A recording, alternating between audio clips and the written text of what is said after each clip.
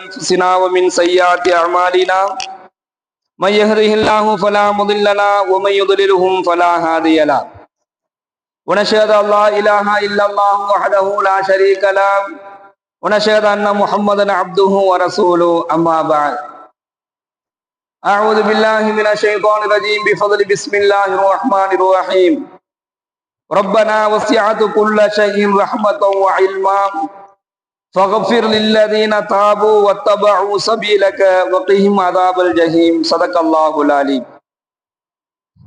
கண்ணியத்திற்குரிய அல்லாஹ்வின் நல்லடியார்களே, சகோதரர்களே, ஃபக்ஃபிர் லில்லதீன தாபு வத்தபஉ சபீலக. யா அல்லாஹ், யார் உன்னிடத்திலே அதிகமாக தௌபா செய்கின்றார்களோ, இன்னும் யார் உன்னுடைய இறை கட்டளைகளை பின்பற்றி வாழுகின்றார்களோ அவர்களை நீ மன்னிப்பாயாக. வகீஹிம் அதாபல் ஜஹீம், இன்னும் அவர்களை நரக வேதனையை விட்டு நீ காப்பாற்றுவாயாக என்கின்ற துவாவை அல்லாஹ்விற்கு அடிபணியக்கூடியவர்கள், அல்லாஹ்வினுடைய கட்டளைகளை எல்லா விதமான சூழ்நிலைகளிலேயும் நிறைவேற்றக்கூடியவர்கள். எப்படிப்பட்ட ஒரு சூழல் வந்தாலும் அல்லாஹ் எதை கடமையாக்கி இருக்கின்றானோ அதை கடமை என்று நிறைவேற்றக்கூடியவர். அல்லாஹ் எதை தடுத்திருக்கிறானோ அது அல்லாஹ் தடுத்துட்டான், அதனால நான் செய்ய மாட்டேன் என்பதாக அதை அப்படியே விட்டுவிடக்கூடியவர். எந்த நிலையிலையும் எந்த நேரத்திலையுமே அல்லாஹ்விடத்துல அதிகமாக தௌபா செய்து கொண்டே இருக்கக்கூடியவர். இந்த சூழலில் ஒருத்தர் வாழ்ந்துட்டார் அப்படின்னு சொன்னா, வாழ்ந்தார் என்று சொன்னால் அல்லாஹ்வினுடைய அரிசை சுமக்கக்கூடிய மலக்குகள் கேட்கக்கூடிய இந்த துவாவை அவர் அடைந்து கொள்கின்றார். அது மட்டும் அல்லாமல் வகீஹிம் அதாபல் ஜஹீம், இன்னும் நரக வேதனையை விட்டு அவரை நீ காப்பாற்றுவாயாக என்பதாகவும் துவா செய்கிறாங்க. இந்த துவாவை அவர் அடைந்து கொள்கின்றார். அப்போ இதுல ரெண்டு விஷயத்தை நம்ம கவனிக்கணும். ஒன்று தௌபா, இன்னொன்று அல்லாஹ்வினுடைய கட்டளைகளை பின்பற்றக்கூடியது. வத்தபஉ சபீலக, எதை அல்லாஹ் ஏவி இருக்கின்றானோ அதை பின்பற்றக்கூடியது. கண்ணியமிக்க அல்லாஹ்வின் நல்லடியார்களே, சகோதரர்களே, நபிகள் நாயகம் ஸல்லல்லாஹு அலைஹி வஸல்லம் அவர்கள் கூறுகின்றார்கள், அஜ்மிலு ஃபீ தலபி துன்யா, இந்த உலக செல்வத்தை தேடுவதில் நல்ல வழியை நீங்கள் தேர்ந்தெடுத்துக் கொள்ளுங்கள் என்பதாக சொல்றாங்க. அப்ப என்ன அர்த்தம்? உலகத்துல பணம், காசு, பொருளாதாரத்தை தேடுவதை எந்த இடத்திலேயுமே நபிகள் நாயகம் ஸல்லல்லாஹு அலைஹி வஸல்லம் அவர்கள் கூடாது என்பதாக சொல்லல. அல்லாஹ்வும் நீங்க தேடாதீங்கன்னு சொல்லல.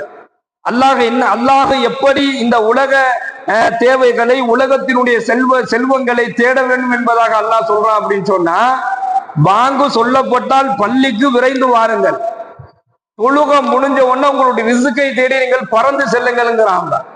அதே போன்று ஸல்லல்லாஹு அலைஹி வஸல்லம் அவங்க சொல்றாங்க, நீங்கள் ஒரு பறவையை போன்று வாழ்ந்து கொள்ளுங்கள். அது காலையில தன்னுடைய இருப்பிடத்திலிருந்து உணவுகளை தேடி அது வெளியிலே செல்லுது, உணவுகளை தேடி அது வெளியே செல்லுது. அதே போன்று மாலை நேரத்துல தனக்கு கிடைத்திருக்கக்கூடிய அந்த உணவுகளை, தனக்கு அல்லாஹ் வழங்கியிருக்கக்கூடிய அந்த ரிஸ்குகளை எடுத்துக்கொண்டு தானும் தன்னுடைய பசியை தீர்த்து கொள்கிறது, தன்னுடைய குஞ்சுகளுக்கும் என்ன செய்யுது, அதனுடைய ரிஸ்கை கொண்டு வந்து கொடுக்குது. அது போன்று நீங்கள் இருந்து கொள்ளுங்கள் என்பதாக நபிகள் நாயகம் ஸல்லல்லாஹு அலைஹி வஸல்லம் சொல்லி காண்பிக்கின்றார்கள். அப்போ இந்த உலக வாழ்க்கையில ஒருத்தர் எனக்கு பொருளாதாரத்தை தேடுவதிலேயோ செல்வத்தை தேடுவதிலேயோ அல்லாஹ் தடை விதிக்கவே கிடையாது. தாராளமா நீங்க தேடுங்க, நிறைய சம்பாதிக்கணும், தவறு கிடையாது. நிறைய பொருளாதாரத்தை சேர்க்கணும் ஆசைப்படுறோம், தவறு கிடையாது. நல்ல லக்ஸூரியா வாழணும்னு ஒருத்தர் ஆசைப்படுறாரு, தவறு கிடையாது. வசதி வாய்ப்பா வாழணும்னு ஆசைப்படுறாரு, தவறு கிடையாது. நல்ல உணவை உண்ண வேண்டும் என்பதாக எண்ணுகிறார், தவறு இல்லை. நல்ல ஆடைகளை உடுத்த வேண்டும் என்பதாக என்றார், தவறு இல்லை. தன்னை ரொம்ப அழகாக அழகுபடுத்திக் கொள்கிறார், தவறே கிடையாது. பெருமானார் ஸல்லல்லாஹு அலைஹி வஸல்லம் அன்னவர்கள், நீங்கள் வசதி வாய்ப்பை எதிர்பார்த்து அல்லாஹ்ட்ட கேட்டுட்டு அந்த வசதி வாய்ப்பை அல்லாஹ் தனக்கு வழங்குவான் என்பதாக நீங்கள் காத்திருக்கக்கூடிய காலம் எல்லாம் உங்களுக்கு அது நன்மையாக மாறப்படுகிறது.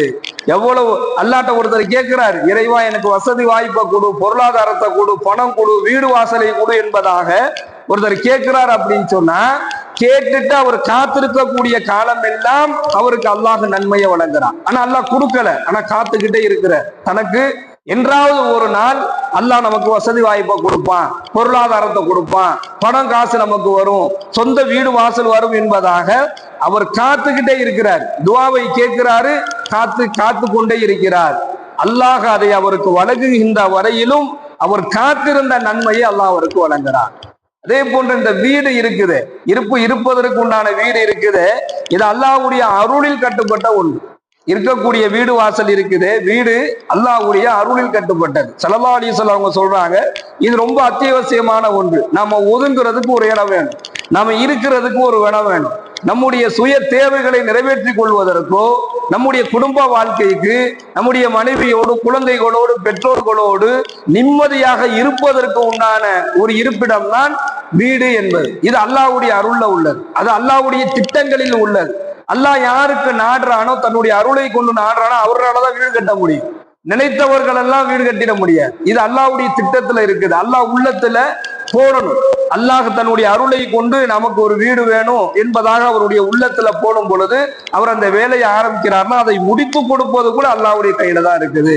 பெருமானார் ஸல்லல்லாஹு அலைஹி வஸல்லம் அன்னவர்கள் எனவே தான் சொல்றாங்க, நீங்க அல்லாஹ்வுடைய அருளை தேடுங்க, எல்லாம் உங்களுக்கு கிடைச்சிரும். 4 விதமான அருள் ஒரு மனிதனுக்கு கிடைக்கணும். அதுல ஒண்ணு வீடு, இரண்டாவது வாகனம் என்பதாக சொல்றாங்க. இப்ப இந்த வசதி வாய்ப்பான வாழ்க்கையை எதிர்பார்ப்பதுல தப்பு இல்ல. ஸல்லல்லாஹு அலைஹி வஸல்லம் அவர்கள் சொல்லிக் கொடுக்கின்றார்கள், அஜ்மிலு ஃபீ தலபி துன்யா, இந்த உலக வாழ்க்கையை, உலகத்துல நீங்கள் பொருளாதாரத்தை, அதாவது செல்வத்தை தேடுவதில் நீங்க நல்ல வழியை தேர்ந்தெடுத்துக் கொள்ளுங்க.